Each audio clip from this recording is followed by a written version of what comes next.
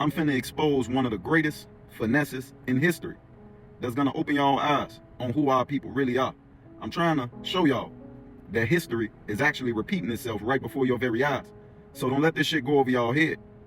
Now, let's begin. I'm not talking to talk. We gotta look at the finesse they put into play when our ancestors was just trying to live. When you look at the records, you see three things that prove the Freedman label was a legal status designed to box us in. The 1866 treaties. This is what I like to call the tribal receipt. But this is what I like to call the tribal receipt. Look at these treaties of 1866. You will see that after the Civil War, the ruling powers of the time, cold word government, and still today, trick some and force some of our people, the real American Indians, to sign new deals. And those treaties, they created the Freeman category. But here's the finesse they forced on our people. Our ancestors who are already free, members of American Indian tribes. Yes, I said it. Free members of American Indian tribes. People who were never enslaved a day in their lives into this freedman category. By doing that, and need I remind you, it's freedmen with a D. The government legally stripped them of their land. If you were an Indian by blood, you got one deal. If they could relabel you a freed man, you got a smaller, weak-ass deal. It wasn't about your history.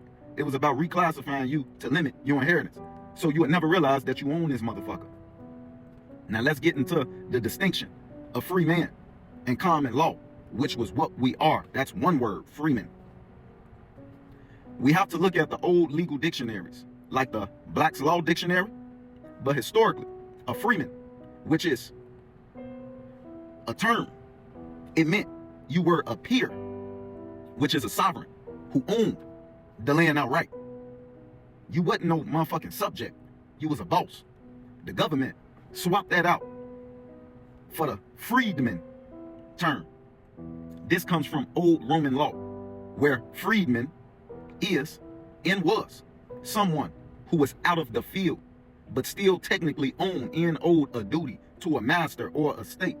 By using the word, the U.S. was saying, you're not property anymore, but you're still under our thumb, motherfucker.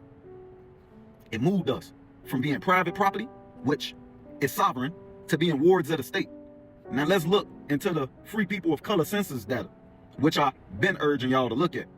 Check the 1790 and 1800 census records. It's hundreds of thousands of free persons of color, which was our people, not from Africa, but indigenous to the land, this land, documented decades before the Emancipation Proclamation. Yes, I said it. We were free here, and it was documented decades before the Emancipation Proclamation. Our people had businesses, they had land, and we was navigating this motherfucker like bosses. We was the shit. Long story short, they so-called freed us, which actually made things worse for our people. Anything they say helps us, it actually hurts us, and we all know this. When the 13th and 14th Amendments hit, the government didn't make a distinction between those who were always free and those who were newly free.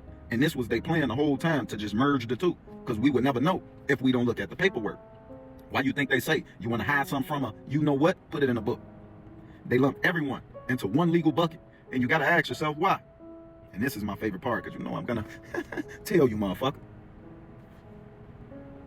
If they acknowledge you were always free, they'd have to acknowledge your prior claims to the land and sovereignty.